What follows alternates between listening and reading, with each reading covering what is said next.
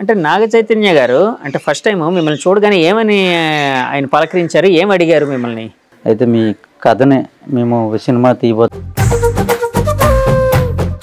భోజనం చేశారని విన్నాను. ఇక్కడే భోజనం చేశారు. ఏంటండి ఇప్పుడు చేపలు ఏమైనా స్పెషల్ గా అంటే నాగ చైతన్య చెప్పారంట రొయ్యల కూర, పీతలు.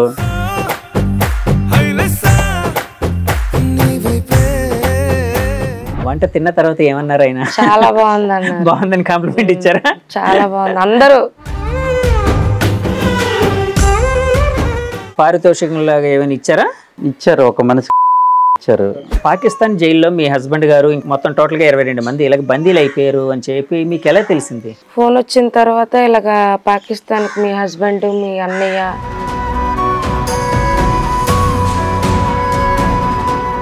అంటే పాకిస్తాన్ వాళ్ళకి దొరికిపోయినప్పుడు యాక్చువల్గా మీరు ప్రెగ్నెంట్ అని విన్నాను.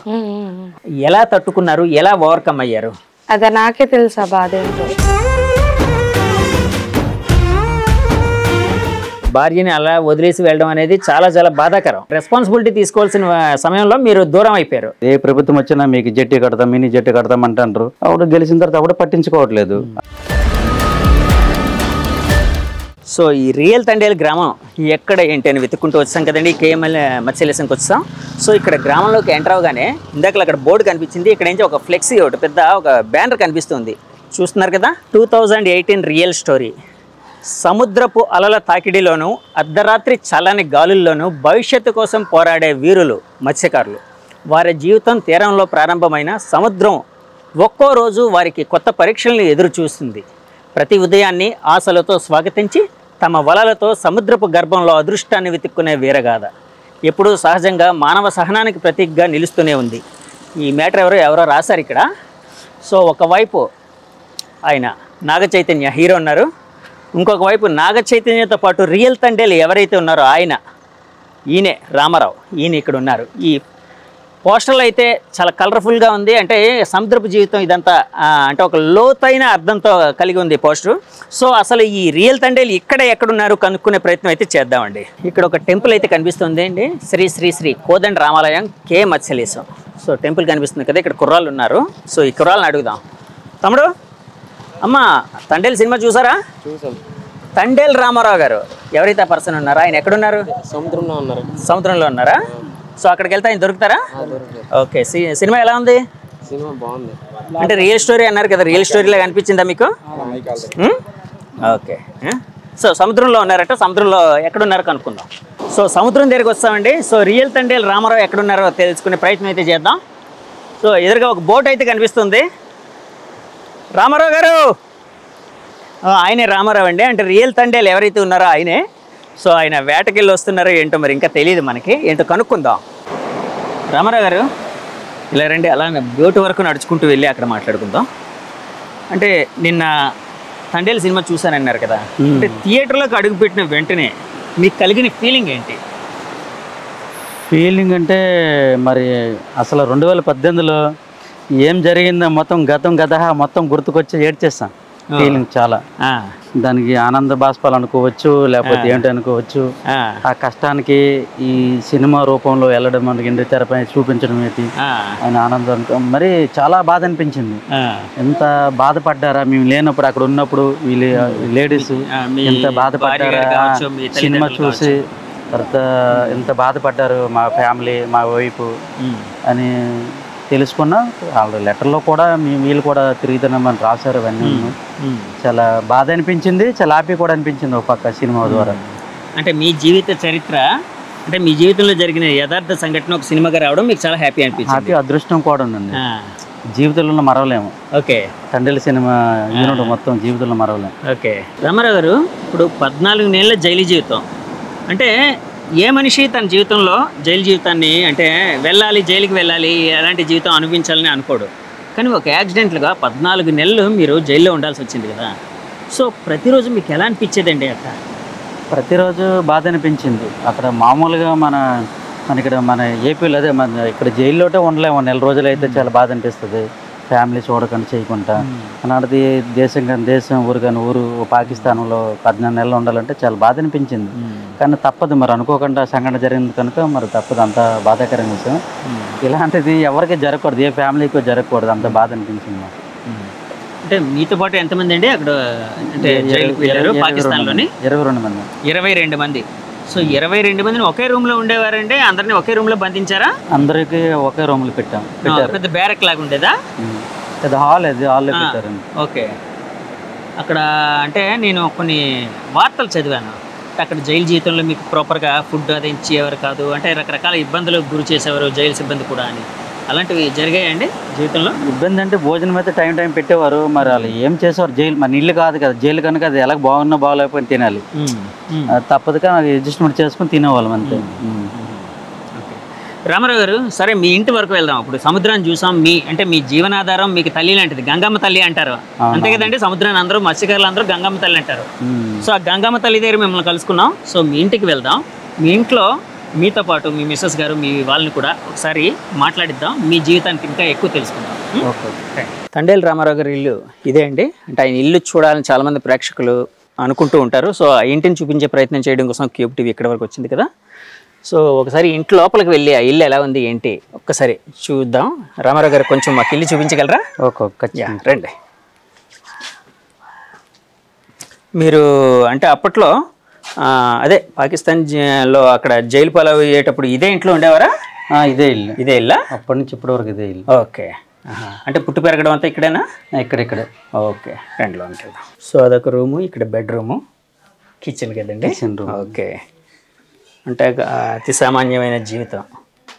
సో ఈ జీవితం ఇప్పుడు బాగుంటుంది కదండి మీకు? మరి తప్పదండి. మరి ఏంటి మత్స్యకారులు అంటే మధ్యతరగతి కుటుంబాలు, అలాగే తప్పదు. రెక్కడదు రొక్కడదు, అలా కష్టపడ్డాము, ఏదో పని చేసుకోవడం తప్పదు. మరి కానీ అంటే కష్టపడే వాళ్ళు నేను ఒకటి గమనించానండి, కష్టపడేవారు ఎవరైనా అంటే సంపత్తో సంబంధం లేకుండా ఆనందంగా బతుకుతారు. అంటే కష్టపడతారు, చాలా ఆనందంగా కూడా ఉంటారు. సో ఆనందం మీ మొహంలో కనిపిస్తుంది ఇప్పుడు నాకు, అందుకని చెప్తూ ఉన్నాను. సో ఇది కూడా చూపిద్దామండి. ఇదేంటండి? కిచెన్ అండి? కిచెన్. ఇది కిచెన్. ఓకే.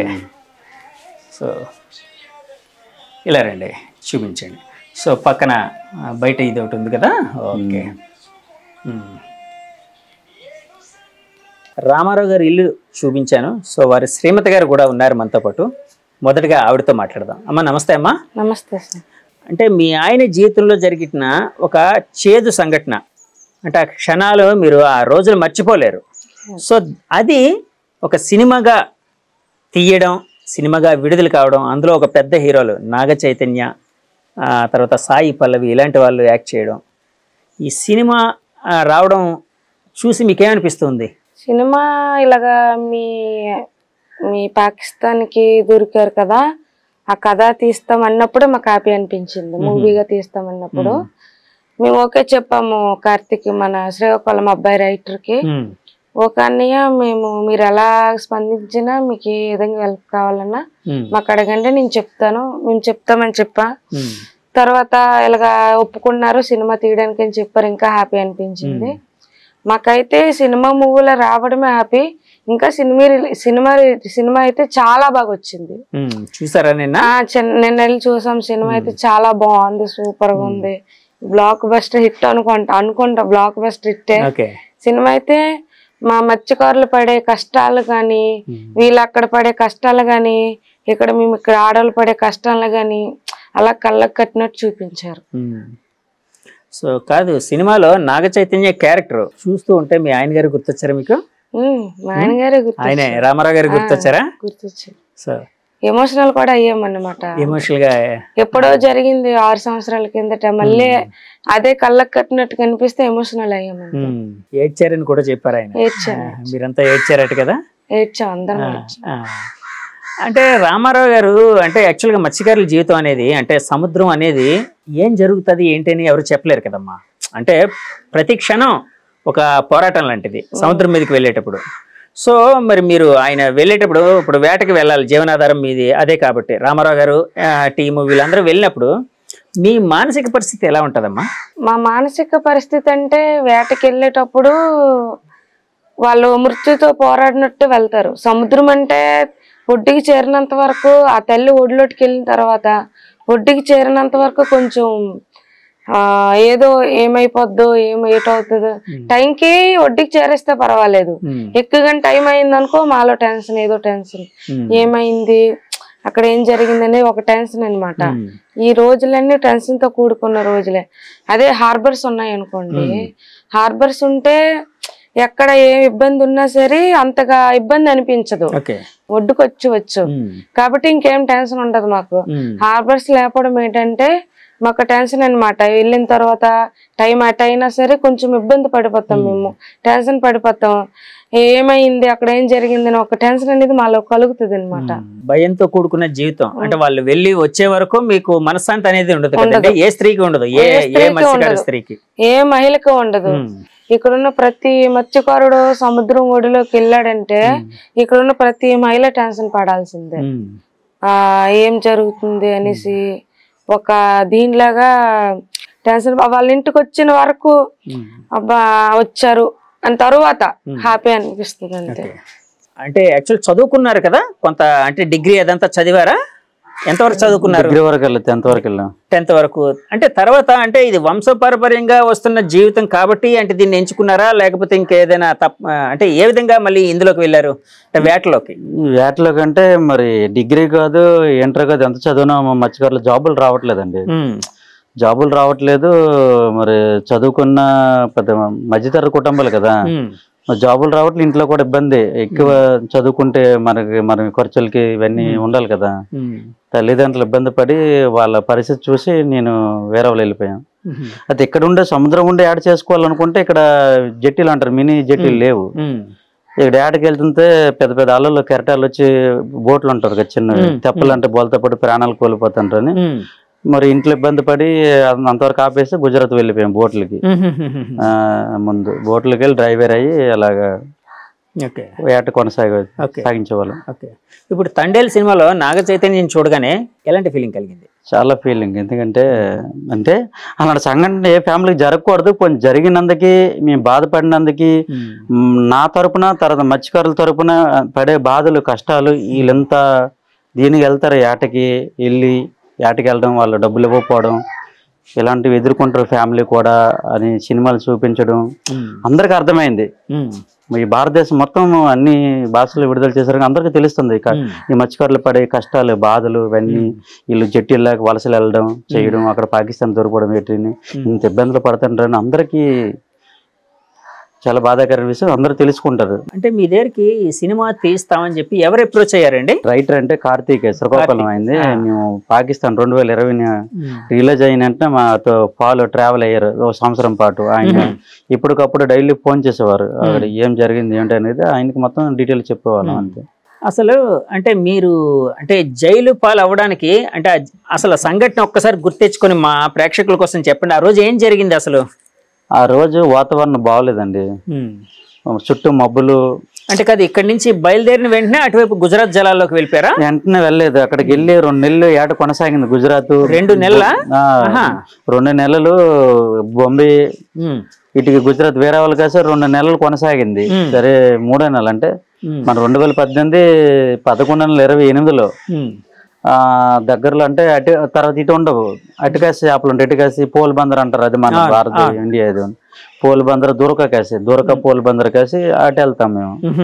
అటు వెళ్ళి యాడ్ చేసేటప్పటికి ఈ వాతావరణం బాగాలేక, తుఫాన్ మబ్బులు గిబ్బులు అన్ని వల్ల జీపీఎస్ సరిగ్గా పని చేయలేక అలా జరిగింది అది అంతే. అంటే ఆ రోజు అంటే నేను చదివింది ఏంటంటే మబ్బులు ఏవో ఉండడం వల్ల మీరు దారి తప్పారు ఇట్లా. కానీ అంటే కాదండి, మీరు ఇప్పుడు అంటే మామూలుగా ఇప్పుడు రోడ్డు మీద వెళ్తున్నాం అనుకోండి, ఇంకో ఈ రోడ్డు ఇక్కడి నుంచి పలానా ఊరు వస్తుంది, లేకపోతే ఇక్కడి నుంచి ఈ ఊరు, ఇలాగని మనకు తెలుస్తుంది. సముద్ర జలాల్లో ఇది మన సముద్రం అంటే మన దేశానికి సంబంధించిన సముద్రం, అక్కడ వేరే దేశం అని ఎలా తెలుసుకుంటారు? అంటే జీపీఎస్ ఒకటి ఉంటది, మన మొబైల్ దాంట్లో మ్యాప్ ఉంటది. అది పలానా ఊరు నెంబర్ తీసామంటే మత్స్యలేసం ఇన్ని కిలోమీటర్లు ఉంది అని తెలుస్తుంది. అది మా దగ్గర అది పాడైపోయింది. తర్వాత కొన్ని అనుకోకుండా ఇలాగుంటే క్లియర్గా ఉంటే కొన్ని ఎటు వెళ్తారని తెలుస్తుంది.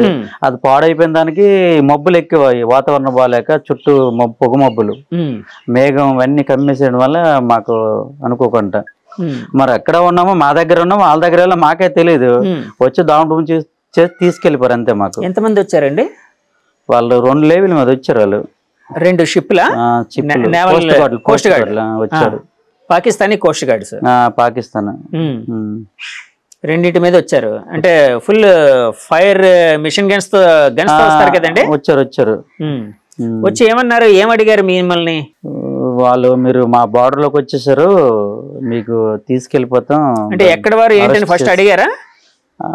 అడిగారంటే మీరు మా బార్డర్ లోకి వచ్చారు అన్నాడు అన్నారు వాళ్ళ మగతులు హిందీలో. అంటే కాదు మీరు అంటే ఇండియన్స్ అని వాళ్ళకి తెలుసా ముందే? తెలుసా, ఇండియా జెండా ఉంటాయి కదా బోట్ల మీద. ఓకే ఓకే, ఇండియన్ జెండాలు ఉంటాయి ప్రతి బోటు, గుజరాత్ బోటుకి ఇండియన్ జెండాలు పైన వేలాడుతూ ఉంటాయి. అది ఎప్పుడు కాపాడుకోవాలి మనం. ఒకవేళ పాత అయిపోయి మళ్ళీ కొత్తది తెచ్చేసి వేసుకోవడం, అది ఎగురుతూనే ఉంటది మన ఇండియా జెండా. ఓకే, ఒకవేళ అది ఏమైనా మబ్బు కనబడినా మేమే వాంటలు చెప్పేసి ఇండియా జెండా రప్పించండి అంటే మళ్ళీ కొత్తగా కట్టించేస్తాం. ఇప్పుడు దగదగలు ఆడాలి, తలతల ఎగరాలి, బాగా ఎగరాలని మేమే ఏర్పాటు చేస్తున్నాం. అంటే దేశం మీద మనకుండే ఒక ప్రేమను, మీకుండే ప్రేమను మీరు ఆ విధంగా చూపించుకుంటుంటారు.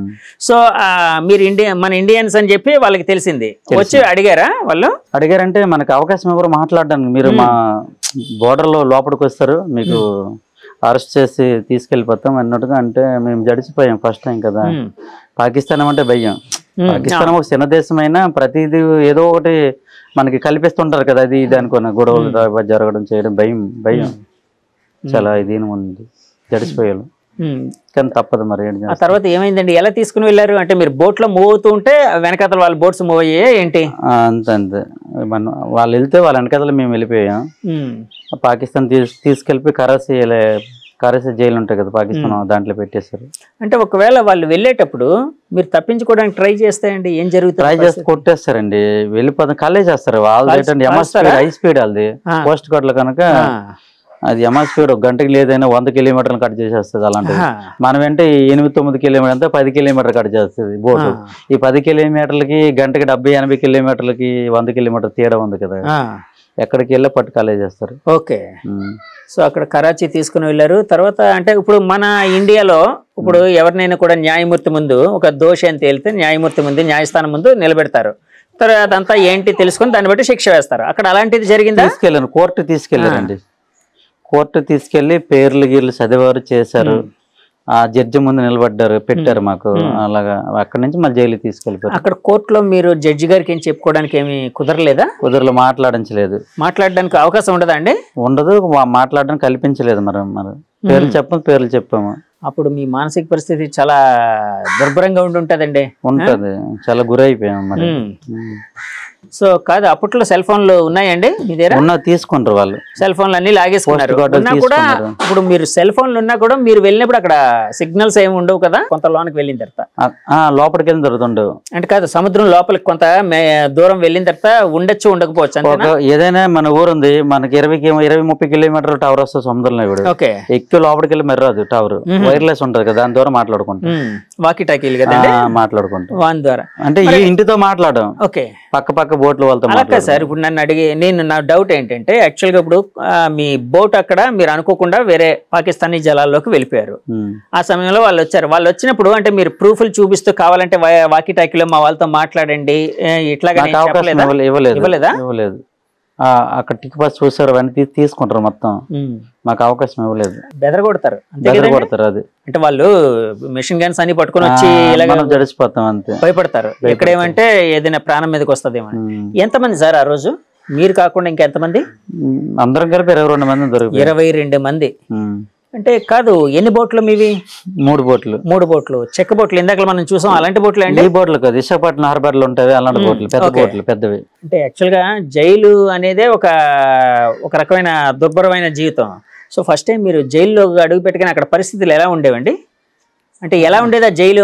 మన ఇక్కడ సెంట్రల్ జైలు లాగే ఉండేదా, ఇంకా వేరే విధంగా ఉండేదా? జైలు అంటే దగ్గర 100 ఎకరాలు ఉంటుంది. అది మొత్తం భారీ ప్లేస్ తోట, చుట్టూ ప్లారీ పెట్టేసి పైన కరెంట్ పెడతాం. ఆ పైన కూడా 2 కిలోమీటర్ దూరం గెనలు పట్టుకుని పైన ఉన్నారు వాళ్ళు. అందరూ తీసుకెళ్లారు. మరి భయం ఉండేది లోపలికంటే. మరి తప్పదు, మరి దొరికిన తర్వాత మనం మీరు చేయలేము. ఏదైనా భగవంతుడి దయ అనుకున్నా, దేవుడి దయ అనుకుని వెళ్ళిపోయాం లోపల. ఆ లోపల రూమ్ లో తీసుకెళ్ళి బంధిస్తారు అంతే. కాదు సార్, నాకు అంటే మామూలుగా నేను చాలాసార్లు చదువుతూ ఉంటాను. అంటే ఎక్కడైనా మనం వేరే దేశంలో ఏదైనా తప్పు చేసి లేకపోతే అనుకోకుండా పట్టుబడితే మన హై కమిషనర్తో మాట్లాడించడానికి వాళ్ళ హై కమిషనర్ ట్రై చేస్తారా, ఆ కార్యాలయాలు ట్రై చేస్తాయి, అట్లాగేం జరగలేదు ఇక్కడ? జరిగింది. అక్కడ దొరికిన తర్వాత మన ఇండియా నుండి హై కమిషనర్ వచ్చారు అక్కడికి. వచ్చారా? వచ్చారు. పేర్లు గీర్లు అవన్నీ అడిగారు మాకు, అన్ని చెప్పాం వాళ్ళకి. వచ్చారు.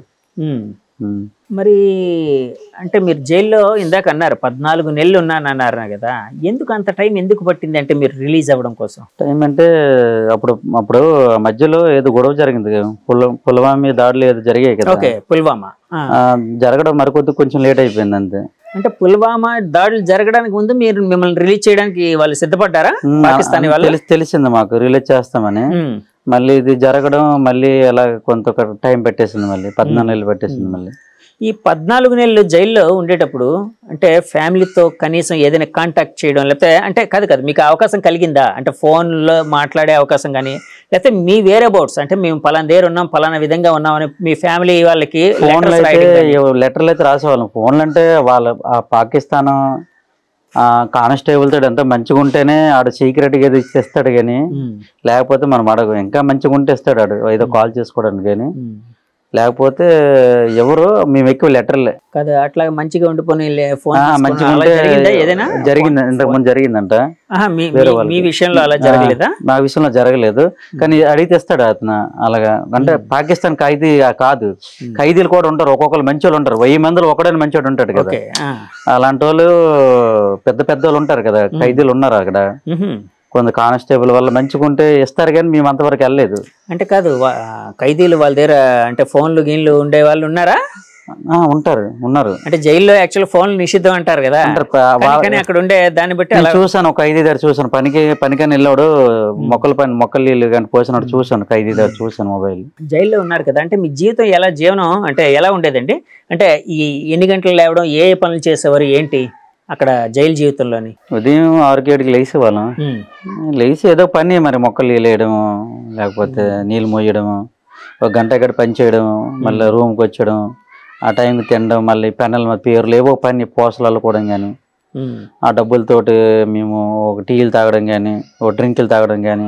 ఆ 22 మందికి కొందరు ముసలోళ్ళు ఉన్నారు, వాళ్ళకి తెలియదు పనులు అంటే ఇది మా నాట పెన్నెల మా పేర్లు అంటే చేసేవాడు. నేను నా పేరు రామారావు, ఇంగ్లీష్ లో రామారావు అని వచ్చేస్తుంది, RAMRAO అని చేసేవారా? నేను చేసేవాడు. పెన్ను కూడా ఉంది ఇంట్లో, వేరే వాళ్ళ పెన్ అంటే వేరే వాళ్ళ పేరు మీద చేసేవాడు నేను. అలా వాళ్ళు పాకిస్తాన్ ఖైదీలు వాళ్ళు కోర్టుకు వెళ్ళేటప్పుడు నా దగ్గరికి వచ్చి పెన్నులు చేయ రామారావు అంటే చేస్తుంటాం. వాళ్ళు వస్తుంటారు, అప్పుడు వాళ్ళకు డైలీ రారు, వాళ్ళకు గంట గడి వేస్తారు, గ్యాప్ వస్తుంటారు, మాట్లాడుకుని వెళ్ళి మళ్ళీ తాళాలు వేసేస్తుంటారు. అది మీ బ్యారక్స్ దగ్గరికి వచ్చేవారు వాళ్ళు?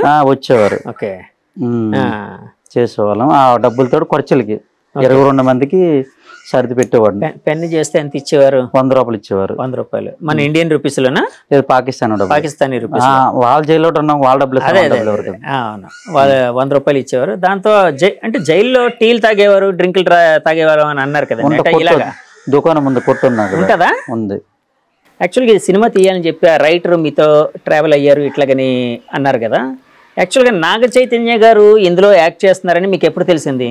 చెప్పారు, అంటే 1 సంవత్సరం పాటు ట్రావెల్ అయ్యారు కదా, ఈ కథను హైదరాబాద్ పట్టుకెళ్ళి చెప్పారు. ఇలాగ బన్నివాసు, అల్లు అరవింద్, చందిముండేటి దగ్గర మన కథ ఫిక్స్ అయింది ఆయన చెప్పారు. ఆయన చెప్పిన తర్వాత ఓకే అయిన తర్వాత ఆ తర్వాత మన రైటర్ నీకు సర్ప్రైజ్ అనేవాడు రైటర్.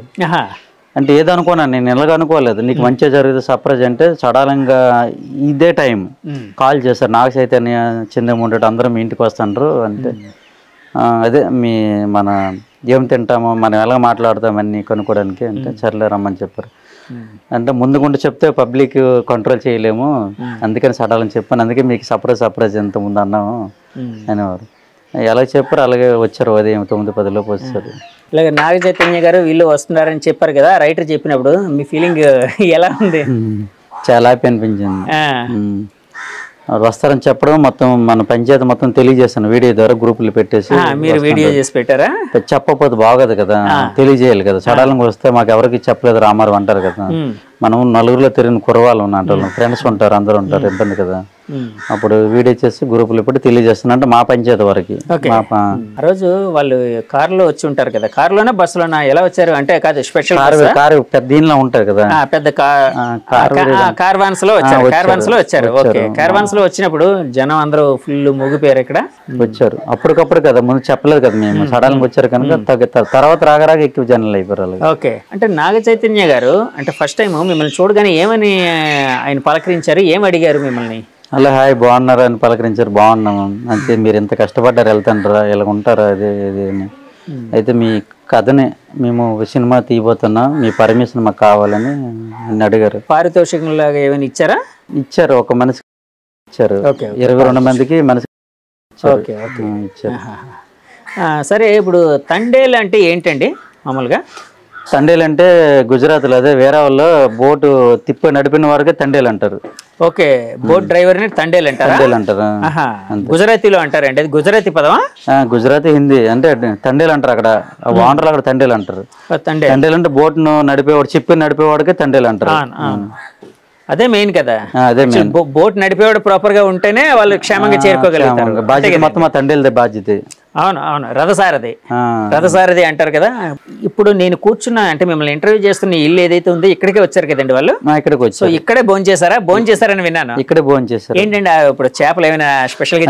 నాగ చైతన్య చెప్పారంట, రొయ్యల కూర, పీతలు అంటే మీరు ఏది వండుకుంటే చికెన్ సార్ అంటే ములమాకులు వేసేస్తారు, చికెన్ చింతపండు సార్ అంటారు కదా, మొత్తం వండేసి పెట్టండి. వాళ్ళు అయితే వట్టల నిండి అయితే తేవద్దు, వాళ్ళ ఇంటి దగ్గర ఏదైతే వండుకుంటారో అలా పెట్టమని తిందాం అందరం కలిసి భోజనం చేసి ముందే చెప్పారంట హీరో. అదంతా రెడీ చేసి వచ్చాడు.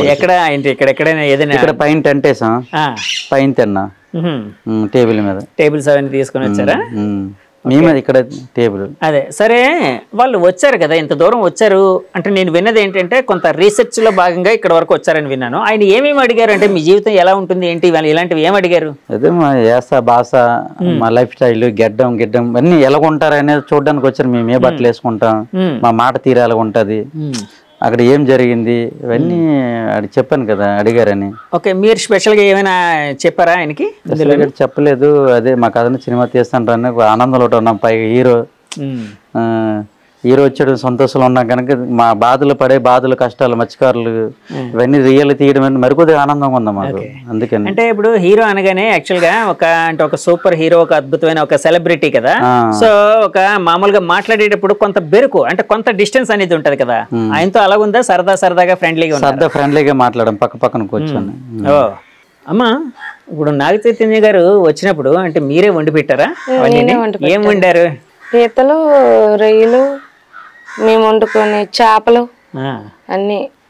వంట తిన్న తర్వాత ఏమన్నారు ఆయన? చాలా బాగుంది బాగుందని కాంప్లిమెంట్ ఇచ్చారా? చాలా బాగుంది. అందరూ ప్రొడ్యూసర్ అవని, డైరెక్టర్ అవని, రైటర్ అందరూ బాగుందని కాంప్లిమెంట్ ఇచ్చారు. ఓకే, అంటే ఇప్పుడు యాక్చువల్గా నేను మామూలుగా మన ఇంట్లో స్త్రీలు అందరూ మామూలుగా ఏ ఇంట్లో అయినా స్త్రీలు ఎవరైనా బంధువులు వస్తున్నారంటే చాలా ఆనందంగా అన్ని చేస్తూ ఉంటారు. సో అలాంటిది సినిమా వాళ్ళు వస్తున్నారని మీకు ఎలా అనిపించింది? చాలా హ్యాపీ అనిపించింది. అంత వంట చేసినాడు, మాకు అసలు చేసామనే ఫీలింగ్ అయితే లేదు. అంత కష్టం తెలియలేదు అన్నమాట. చేసాం, హ్యాపీగా వడ్డించాం, తిన్నారు, అదే మాకు పెద్ద హ్యాపీ అనిపించింది. ఎంతసేపు ఉన్నారమ్మా ఇక్కడ వాళ్ళు? 3-4 అవర్స్ ఉన్నారు. మిమ్మల్ని ఏమైనా అడిగారా అంటే అంటే ఆయన జీవితం ఎలా ఉంటది ఏంటి, ఆయన వేష భాషలు ఇలాంటివి మిమ్మల్ని ఏమైనా అంటే మీ వైపు నుంచి? మాకు అడిగారు, మీరు అక్కడ వాళ్ళు పాకిస్తాన్ జైలు ఉన్నప్పుడు ఇక్కడ మీరు ఎంత ఇబ్బంది పడ్డారు, ఏం చేశారని అడిగారు. అవునమ్మా, ఇప్పుడు అంటే యాక్చువల్గా పాకిస్తాన్ జైల్లో మీ హస్బెండ్ గారు ఇంకా ఆయనతో పాటు ఇంకో 22 మంది, మొత్తం టోటల్గా 22 మంది ఇలాగ బందీలు అయిపోయారు అని చెప్పి మీకు ఎలా తెలిసింది? బయట అలా కూర్చున్నాను, ఇలా ఫోన్ వచ్చిన తర్వాత ఇలాగ పాకిస్తాన్కి మీ హస్బెండ్, మీ అన్నయ్య, మీ ఆడపడుచు అలా ఆయన దొరికిపోయారని కాల్ వచ్చింది. వచ్చిన తర్వాత సడన్గా కాల్ రావడం కొంచెం షాక్ అయిపోయాం అనమాట. పాకిస్తాన్ చిన్నప్పటి నుంచి పాకిస్తాన్కి మనకి శత్రు రాజ్యం కాబట్టి బుక్లో చదవడం కానీ చిన్నప్పటి నుంచి చదివచ్చాం కదా, కొంచెం భయం వేసింది అనమాట. వీళ్ళు పాకిస్తాన్ దొరికిపోవడం ఏంటనేసి కొంచెం భయం వేసింది. వేసిన తర్వాత దొరికిన తర్వాత ఏం చేయకుండా ఉంటే చాలు అనిపించింది. ఎలాగైనా వాళ్ళకి మేము రప్పించుకుంటామనే ఆలోచనలో ఉన్నాం. అంటే ఫోన్ ఎక్కడి నుంచి వచ్చిందమ్మా? గుజరాత్ నుంచే వచ్చింది. వీళ్ళు తీసుకెళ్ళి ఒక బోట్ అన్ని కలర్ చూసింది అనమాట. వీళ్ళు తీసుకెళ్ళడం వేరే వాళ్ళు చూసారు. వాళ్ళు వచ్చి మాకు చెప్పారు. వాళ్ళు వీళ్ళ మీ నెంబర్లు అన్ని తెలుసుకొని ఫోన్ చేశారు. వాళ్ళు చెప్తారు మా సైడ్ వాళ్ళే కదా, మా మత్స్యకారులే, ఇక్కడ ఆంధ్ర వాళ్ళే. లెటర్లు రాసాం కూడా దొరికిపోయింది. మళ్ళీ తర్వాత ఆ రోజే తెలిసింది వీళ్ళు దొరికిపోయిన రోజు తెలిసింది. వీళ్ళు ఎలాగున్నారని 2 months తర్వాత లెటర్ రాశారు. అప్పుడు వీళ్ళు బాగున్నారని మాకు తెలిసింది. అమ్మా మామూలుగా ఈ వేటకి వెళ్తారు కదా సముద్రం మీద, ఎంతకాలం ఉంటారు మామూలుగా మీ హస్బెండ్ గారు లేకపోతే ఇలాంటి వాళ్ళందరూ వేటకి వెళ్ళినప్పుడు?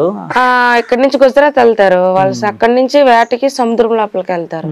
ఆ సముద్రం లోపల 30 రోజులు ఉంటారు, 4 రోజులు ఉంటారు. 4 రోజులు మళ్ళీ జెట్టీకి వస్తారు. జెట్టీకి వచ్చి 1 రోజు మాతో మాట్లాడతారు. మళ్ళీ ఆ నైట్ మళ్ళీ వెళ్ళిపోతారు. ఫోన్ కాల్ చేస్తారు. నైట్ వెళ్ళిపోతారు అంతే. ఈ 4 రోజుల్లో ఒక్కసారి మాకు ఫోన్ తో మాట్లాడతారు. మళ్ళీ వెళ్ళిపోతారు. మళ్ళీ 4 రోజులకి వస్తారు, ఒకసారి ఫోన్ చేస్తారు. ఇక్కడ నుంచి గుజరాత్ అన్నారు కదా, గుజరాత్ యాక్చువల్గా అంటే బస్సులో వెళ్తారా అండి? బస్సులో వెళ్ళిపోతారా లేకపోతే ట్రైన్ మీద? మామూలుగా ట్రైన్ మీద వెళ్ళిపోతారు. వెళ్ళిపోయి అక్కడి నుంచి బోట్ అనేది తీసుకుంటారు అంతేనా? ఓకే అమ్మా. అంటే యాక్చువల్గా ఒక షాకింగ్ విషయం అది. అంటే మీ హస్బెండ్ ఇంకా మిగతా వాళ్ళందరూ ఇట్లాగా పాకిస్తానీ జైల్లో ఉన్నారు. అంటే ఆ క్షణం మీకు అంటే కథల్లో రాస్తూ ఉంటారు కదండి, ఈ బ్రహ్మాండం బద్దలైంది ఇలాగని ఒక రకమైన అట్లాంటి ఫీలింగ్ ఏమైనా? ఫీలింగ్ ఎంత మామూలు ఫీలింగ్ కాదు. ఇప్పుడు ఎవరైనా ఒకరు చనిపోతే ఒక 1 month 2 months ఇడే వదిలేస్తాం. మనిషి ఉన్నాడు, శత్రు రాజ్యంలో ఉన్నాడు అని తెలిసిన తర్వాత ఇంకా అక్కడ ఉన్న రోజులు మనకి టెన్షనే. ఇంకా ఎమోషనల్ అంతా వేరే లెవెల్ అనమాట. అది ఎప్పుడు ఏడ్చుకుని ఉండేవాళ్ళం. ఎవరైనా మాకు సాయం చేస్తారా ఏదైనా అనేసి ఒక ఆలోచనలో ఉండేవాళ్ళం. మాకైతే మీడియా సపోర్ట్ ఎక్కువ ఉండేది అనమాట. అప్పుడు పొలిటికల్ సపోర్ట్, మీడియా సపోర్ట్ ఎక్కువ ఉంది అప్పుడు. తర్వాత మీరు అంటే ఇంకా ఎవరిని సెంట్రల్ గవర్నమెంట్ అప్రోచ్ అవ్వడం ఇలాంటి వాళ్ళని అలాంటివన్నీ జరిగాయమ్మా? మిగతా మా 22 ఫ్యామిలీస్ కూడా ఎంతమంది దొరికిపోయారు అంతమంది 22 ఫ్యామిలీస్ కూడా మేము ఇక్కడి నుంచి గల్లీ నుంచి ఢిల్లీ వరకు అందరికి మెయిన్ వ్యక్తులకి ఎంపీ అవని, ఎమ్మెల్యే అవని, విదేశాంగ మంత్రి జయశంకర్ కూడా మేము కలిసాం. సుష్మా స్వరాజ్ ముందు లెటర్ పెట్టాం ఇక్కడి నుంచి. 1 month తర్వాత ఆవిడ చనిపోయారు. చనిపోవడం మళ్ళీ ఎక్కడ ఆపేసాం, మళ్ళీ అక్కడి నుంచి మళ్ళీ మొదలు పెట్టాం. అంటే ఇంకా విడుదల అవ్వబోతున్నారు, ఏదో మంచి జరగబోతుంది అనుకున్న సమయంలో మళ్ళీ మొదటికి వస్తాం. ఏంటమ్మా ప్రతిరోజు లేచి ఇంకా దేవుడికి దండం పెట్టుకుంటూ ఉండడం? దేవుడు దండం పెట్టి ఎన్నో దేవుళ్ళకి వాళ్ళకి తీసుకొస్తే అంటే మాకున్న ఇవి ఉంటాయి కదా మా గ్రామ దేవతలు, చాలా చాలా దేవుళ్ళకి అయితే ఇంకా ఎక్కువ మా మొర దేవుళ్ళకి ఆలకించే వాళ్ళం మేము. దేవుడు ఆ దేవుడే తీసుకొచ్చాడేమో అనిపించేది. ఎంతవరకు చదువుకున్నారమ్మా? ఇంటర్ వరకు చదువుకున్నారు. సో అంటే లోక జ్ఞానం ఉంది, అంటే ఎట్లా రాయాలి, ఎట్లా కరస్పాండెన్స్ చేయాలి ఇవన్నీ. లెటర్లన్నీ మీరే రాసేవారమ్మా? అంటే ఎవరైనా ఈ విధంగా రాయండి, ఈ విధంగా పలానా వాళ్ళని అప్రోచ్ అవ్వండి అని చెప్పేవారా? చదువు రాని వాళ్ళు రాయండి అని చెప్పేవాళ్ళు. చదువు రాని వాళ్ళు వాళ్ళకి రాసి పెట్టేదాన్ని. చదువు వచ్చిన వాళ్ళు వాళ్ళు రాసుకుని. ఓకే సరే. ఈ ఎపిసోడ్ ఇలా పక్కన పెడితే యాక్చువల్ నాకు ఒక విషయం తెలిసిందమ్మా, మీది లవ్ మ్యారేజ్ అంట. లవ్ అంటే డీప్ లవ్ ఏం కాదు.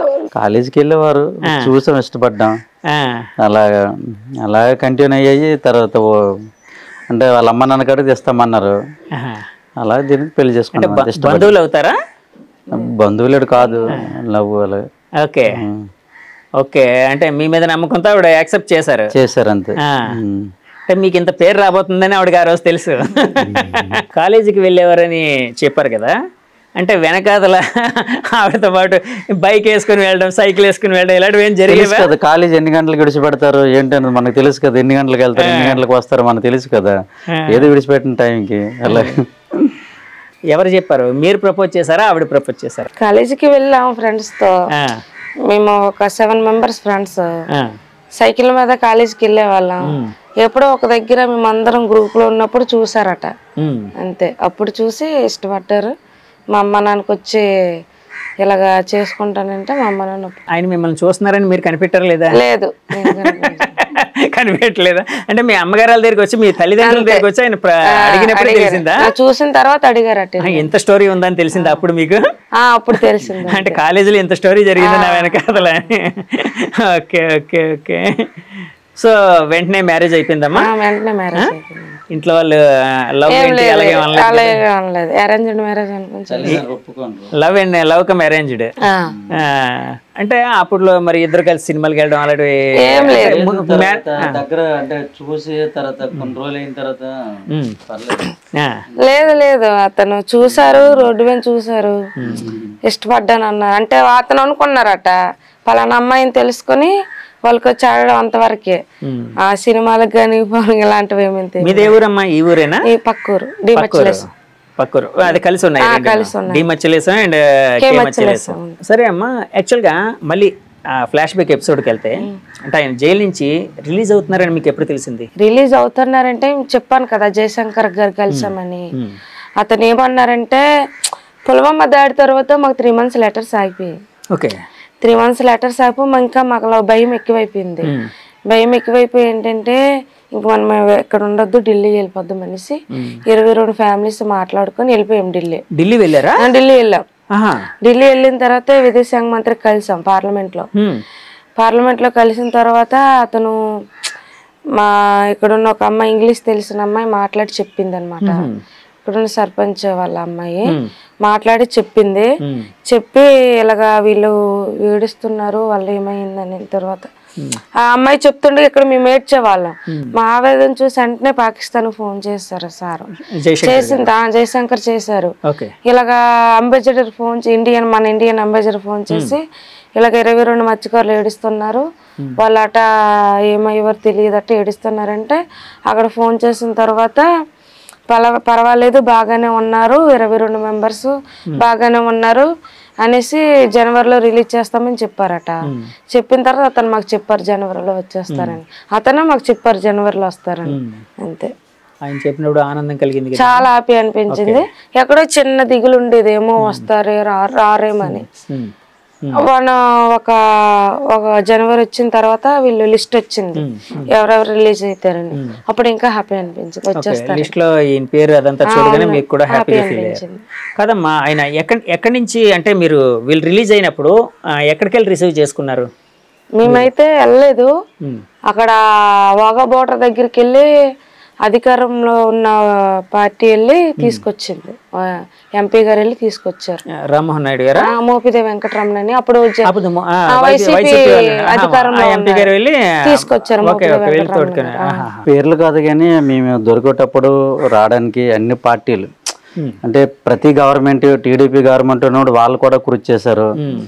అప్పుడు మేము దొరికేటప్పుడు టీడీపీ గవర్నమెంట్ ఉండేది, మేము రిలీజ్ అయ్యేటప్పుడు 18 కదండి అప్పుడు టీడీపీ గవర్నమెంట్ ఉంది. రిలీజ్ వచ్చే ముందు వైసీపీ గవర్నమెంట్ ఉంది. ప్రతి ఒక్కళ్ళ కృషి దీంట్లో ఉంది. ప్రతి గవర్నమెంట్ ఎవరికెవరు ఇక్కడ పంచాయత్ తరపున ఇక్కడ పెద్దలు కానీ కుర్రవాళ్ళు కానీ, తర్వాత గవర్నమెంట్ తరపున టీడీపీ కానీ వైసీపీ కానీ జనసేన నుండి కూడా ఉన్నది.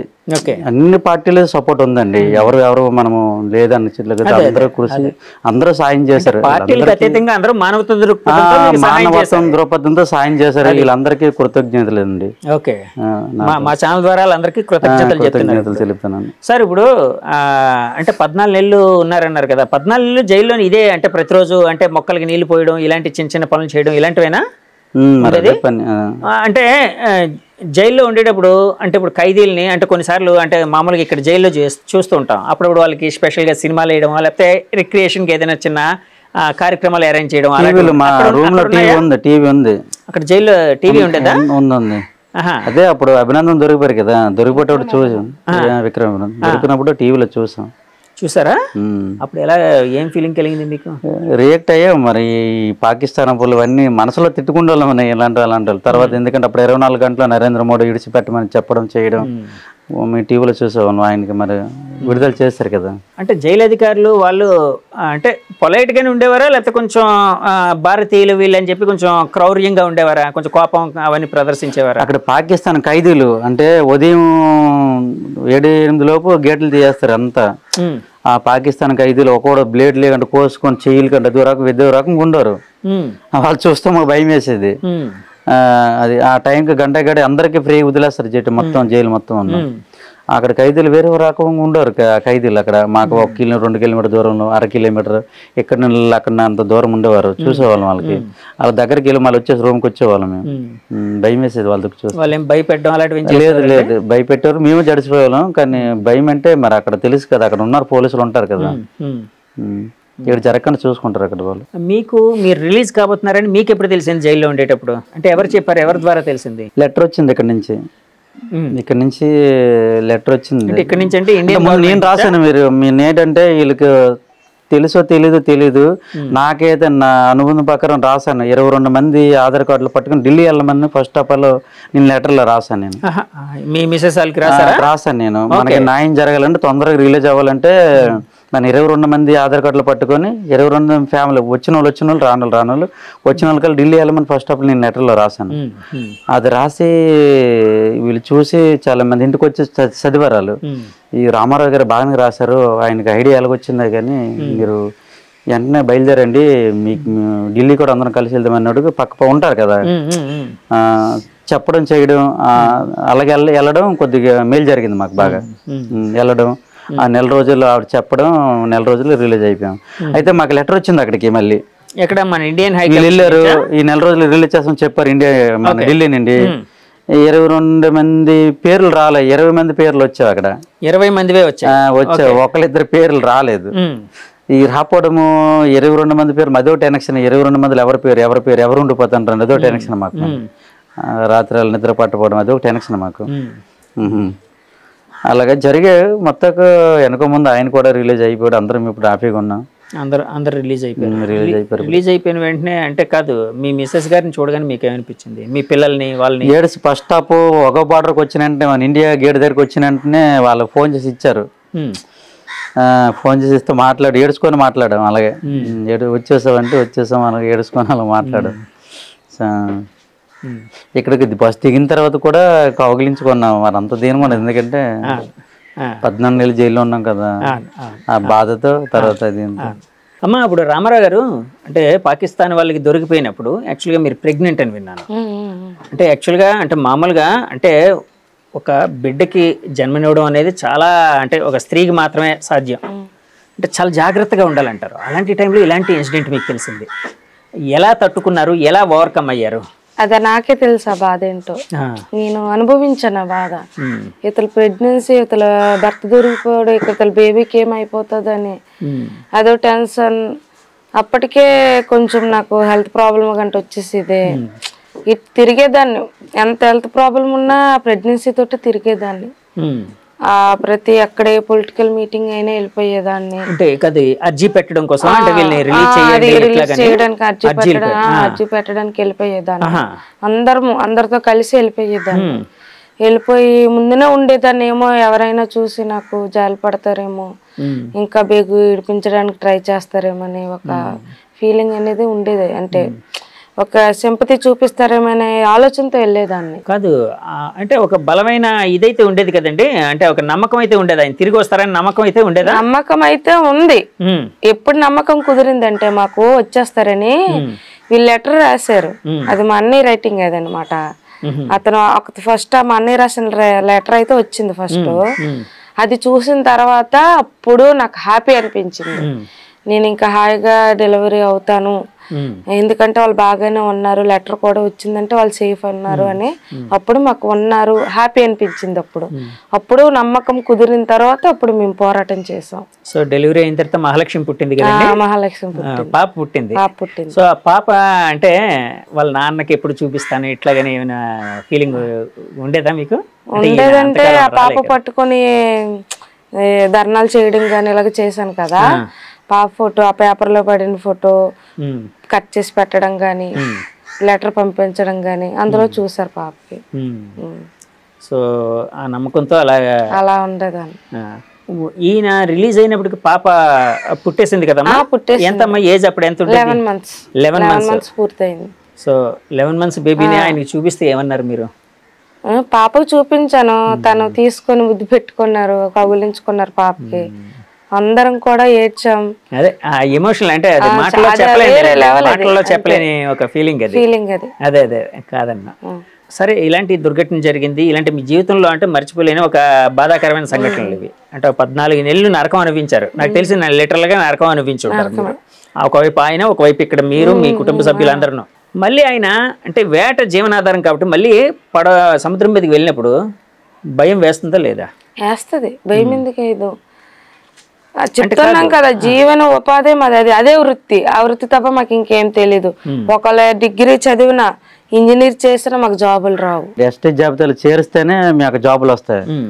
ఆ కులంలో చేరిస్తే ఖచ్చితంగా మాకు జాబులు వస్తాయి. అది ఎస్టీ జాబితాలు చేర్చట్లేదు, గవర్నమెంట్ వచ్చిన పట్టించుకోవట్లేదు కనుక అందుకే జాబులు రావట్లేదు.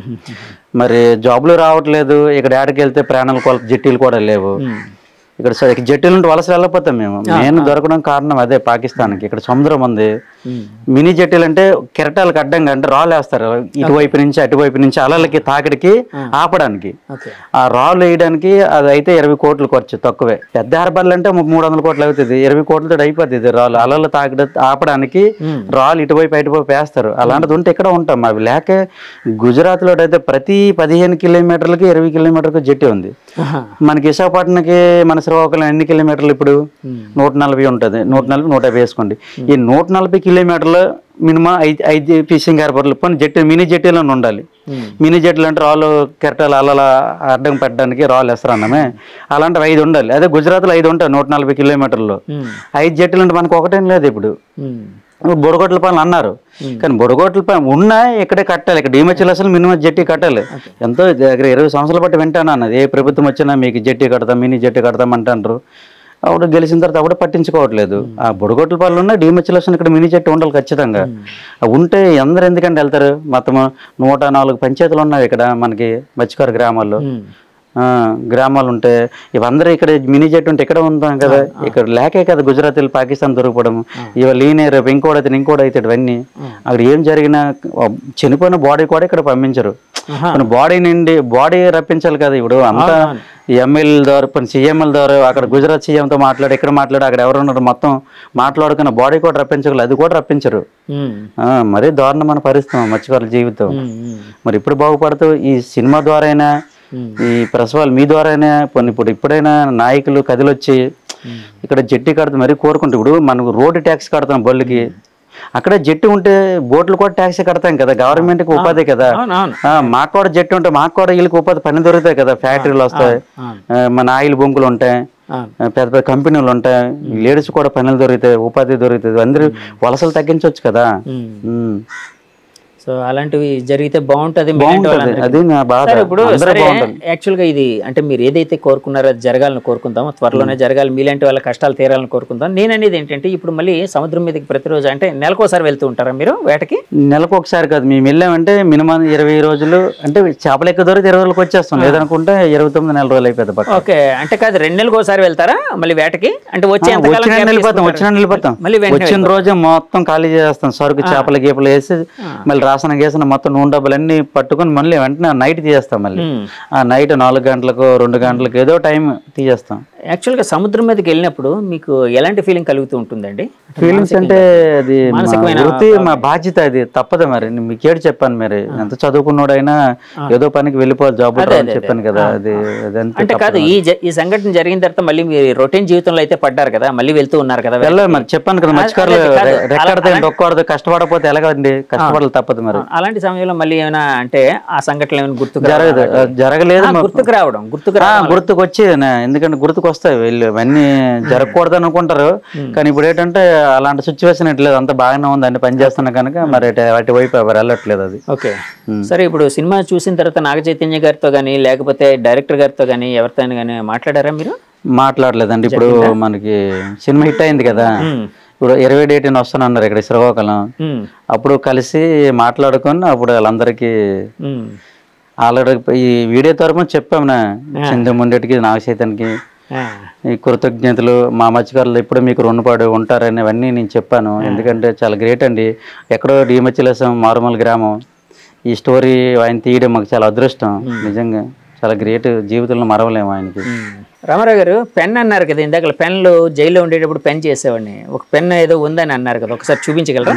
అంటే ఇలాగ అక్షరాలు వస్తాయి KNY అని. ఆహా, ఈ దీన్ని బట్టి రామారావు అనుకో RAMARAO అదే అదే పేరు పేరు పేరు తయారు చేస్తాం మేము. అదేంటండి అది దేంతో, అంటే దేంతో స్కెచ్ లా గీసిందా లేకపోతే ఏంటి? దారాలు వస్తాయి, మేము అల్లుతుంటాం ఇలాగ కలిపితే KLకి వస్తుంది, NLకి వస్తుంది, ఇలా దారం మడత పెట్టడం చేయడం, ఇలా సింబల్ వస్తుంటది. ఇవాళ రామారావు వస్తుంది. అంటే ఈ మొత్తం ఒకటే కలర్ దారం వేసాం, 2 కలర్ దారాలు కూడా చేయొచ్చు. మన ఇండియా ఇలాగ 3 రంగులు ఉంటారు, 3 రంగుల దారాలు కూడా చేయొచ్చు. అలాగా పాకిస్తానీ ఖైదీలు మీకు డబ్బులు ఇచ్చేవారు, ఇలా చేస్తే 100 రూపాయలు ఇచ్చేవారు. 10 పెన్నులు చేస్తే 1000 రూపాయలు. ఆ డబ్బులతో టిఫిన్ కానీ కూల్ డ్రింక్స్ కానీ వాళ్ళే టిఫిన్ ఇస్తారు. కానీ జైల్లో బాగోదు కదా, బయటనైతే జైల్లో ఉంటది దుకాణం, అక్కడికి వెళ్ళి ఎవరైతే ముసలి వాళ్ళు ఉంటారో వాళ్ళ ఖర్చులకి డబ్బులు కంటే సర్దేవాడిని ఇచ్చేవాడిని. సో ఇలాంటి పెన్లు అన్ని చేసేవాడిని. రామారావు గారు యాక్చువల్గా మీరు అక్కడ జైలుకి వెళ్ళినప్పుడు, అంటే మీ మిస్సెస్ ప్రెగ్నెంట్, సో యాక్చువల్గా ఒక భార్యని అలా వదిలేసి వెళ్ళడం అనేది చాలా చాలా బాధాకరం. రెస్పాన్సిబిలిటీ తీసుకోవాల్సిన సమయంలో మీరు దూరం అయిపోయారు. సో అంటే అప్పుడు మీ మానసికమైన భావన చాలా కష్టంగా ఉంటుంది. వచ్చినప్పుడు పాపను చూడగానే మీకు ఏమనిపించింది? పుట్టిన పాపను చూడగానే చాలా హ్యాపీ అనిపించింది. మరి ఎందుకంటే ఆవిడ కడుపులో ఉన్నవాడు లేని జైల్లో ఉన్నాను. మళ్ళీ ఆవిడ డెలివరీ అయిన తర్వాత మళ్ళీ వచ్చాను. ఇప్పుడు 6-7 నెలల తర్వాత మళ్ళీ, అంటే 14 నెలల తర్వాత వచ్చాను మొత్తం టోటల్ జైల్లో ఉండి. అలా జరిగింది మరి. ఓకే. సో అంటే మామూలుగా ఈ స్టోరీలో తండేలు అంటే ఇందాక నాయకుడు అంటే డ్రైవర్ అంటే రథసారథి నాయకుడు అని అర్థం కదా అని చెప్పారు కదా. సో ఈ స్టోరీలో తండేలు ఎవరు? తండేలు మరి నేనే కదా, మెయిన్ తండేలు నేనే కనుక నేనే వాళ్ళందరూ తీసుకెళ్ళాను కనుక తండేలు నేనే. అదే అదే నేను అంటుంది అది కాదు. అంటే యాక్చువల్గా అంటే మీరు ఇంత కష్టపడి, అంటే మీ వైఫ్ ఎంతో కష్టపడి వార్తలు కష్టపడి రాపించారు కదా. అదే అదే నేను అంటుంది అది. ఎందుకంటే ఇప్పుడు మీరు అక్కడ ఉన్నారు, సో మీరు విడుదల కోసం కృషి చేసి పాపం లెటర్లు రాస్తూ అందరినీ అప్రోచ్ అవుతూ ఢిల్లీ వెళ్ళి జయశంకర్ గారిని వీళ్ళని వాళ్ళని బోట్ నడిపించే తండేలు నేనే, మాకు రప్పించే తండేలు ఈవిడ. సో ఎప్పుడైనా తండేలకి థ్యాంక్స్ చెప్పారా? మీ జీవిత భాగస్వామి తండేలకి థ్యాంక్స్ చెప్పారా? చెప్పాను. మా ఎదురుగా థ్యాంక్స్ చెప్పండి, దాంతో మాకు వినిపించట్లేదు. థ్యాంక్ యూ నూకమ్మ గారికి. తర్వాత చెప్పాను కదా 22 మంది తర్వాత పాలిటిక్స్ ప్రకారంగా, అంటే అన్ని గవర్నమెంట్లకు, టీడీపీ గవర్నమెంట్కి, వైసీపీ గవర్నమెంట్కి, అలాగే జనసేన 3 పార్టీలు కూడా అందరికీ, మళ్ళీ మా పంచాయతీ పెద్దలకి కుర్రవాళ్ళకి అందరికీ నిజంగా వాళ్ళందరికీ ధన్యవాదాలండి. చాలా కష్టపడ్డారు, వీళ్ళతో పాటు కూడా అందరూ సాయం చేశారు. అందరికీ ధన్యవాదాలు. సరే అందరికీ థ్యాంక్స్ చెప్పారు, ఆవిడకి థ్యాంక్స్ చెప్పి కూడా చెప్పానండి. చెప్పాను, మా ఎదురుగా చెప్పండి. చెప్పండి పర్లేదు అమ్మా. యాక్చువల్గా ఇప్పుడు అంటే అంటే కొన్ని బాధాకరమైన సంఘటనలు కూడా తర్వాత కొంత మనకి ఎంతో ఒక విధంగా ఎంతో కొంత జీవితానికి హెల్ప్ అవుతాయి, మంచి చేస్తాయి అంటారు. అంటే ఒక బాధాకరమైన సంఘటన అంటే ఒక బ్యాడ్ ఫేస్ నడిచింది, ఇప్పుడు గుడ్ ఫేస్ నడుస్తుంది. అంటే మీ ఆయన కదా సినిమాగా వచ్చింది. సో ఇలాంటి అంటే ఆయన పేరు ఇప్పుడు అందరికీ తెలుసు, తండేలు రామారావు అంటున్నారు. ఇందాక మేము వచ్చినప్పుడు కూడా ఆయన ఎక్కడున్నారు, తండేలు రామారావు ఎక్కడున్నారంటే చెప్పారు చాలామంది. సో మీ జీవితంలో ఇలాంటి ఆనందకరమైన క్షణాలు ఎప్పుడూ ఉండాలని మనస్ఫూర్తి కోరుకుంటున్నానమ్మా. ఈ సమయం మాకు ఇచ్చినందుకు థ్యాంక్ యూ వెరీ మచ్. నమస్తే అమ్మా. వ్యూవర్స్ చూసారు కదండి, తండేలు రామారావు గారి అంటే జీవితం ఎలా ఉంటుంది ఏంటి తెలుసుకునే ప్రయత్నం అయితే మనం చేసాం. ఆయన ఊరు కూడా అంటే యాక్చువల్గా కంప్లీట్గా ఆయన ఊరిని చూపించే కార్యక్రమం ఇప్పటివరకు ఎవరు చేయలేదు. సో ఈ ప్రోగ్రాం మనం మాత్రమే చేసాం. సో ఆయన ఊరిని చూపించాం, సముద్రాన్ని చూపించాం, తర్వాత వాళ్ళ ఇంటిని చూపించాం. అట్లాగే ఆయన జీవితంలో జరిగిన ఆ బాధాకరమైన సంఘటన, దాని బ్యాక్ అండ్ స్టోరీని అంతా చూపించాం. అలాగే వాళ్ళ మిస్సెస్ గారు అంటే ఆయన జీవితంలో తండేలని పిలుచుకునే ఆయన భాగస్వామి ఎవరైతే నూకమ్మ గారు ఉన్నారో ఆవిడతో కూడా చాలాసేపు మాట్లాడించాం. ఈ ఇంటర్వ్యూ మీకు నచ్చితే మా ఛానల్ లైక్ చేయండి, కామెంట్ చేయండి, షేర్ చేయండి, సబ్స్క్రైబ్ చేయండి. Thank you very much. Signing off me Jagadish. By by.